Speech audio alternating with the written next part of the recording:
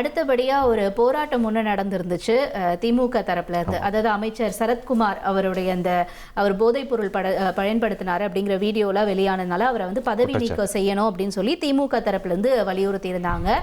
இதனால சென்னையில வந்து அனுமதி இல்லாம போராட்டம் நடத்தினதா இப்ப திமுகவினர் மேல வழக்கு பதிவு செஞ்சிருக்காங்க. யார் யார் மேல அப்படின்னு பார்த்தோம்னா மேயர் பிரியா, அப்புறம் முன்னாள் அமைச்சர் மா சுப்பிரமணியன், முன்னாள் அமைச்சர் சேகர் பாபு, இவங்க மேலலாம் 3 பிரிவுகளின் கீழே போலீசார் வழக்கு பதிவு செஞ்சிருக்காங்க. 1,31,00,000 மனங்களை வென்ற தந்தை டிவி யூடியூப் சேனல்.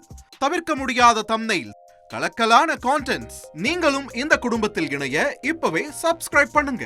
அசுரபலம் கொண்ட எங்கள் டிஜிட்டல் கரங்களில் உங்கள் விளம்பரங்களை சேர்க்க வாட்ஸ்அப் பண்ணுங்க. 8939888378. Email advtthanditv@dttv.in. இனி செல்லும் இடமெல்லாம் செய்தி. தந்தை டிவியின் வாட்ஸ்அப் சேனலை ஃபாலோ பண்ணினா செல்ல இருக்கும் இடமெல்லாம் செய்தி.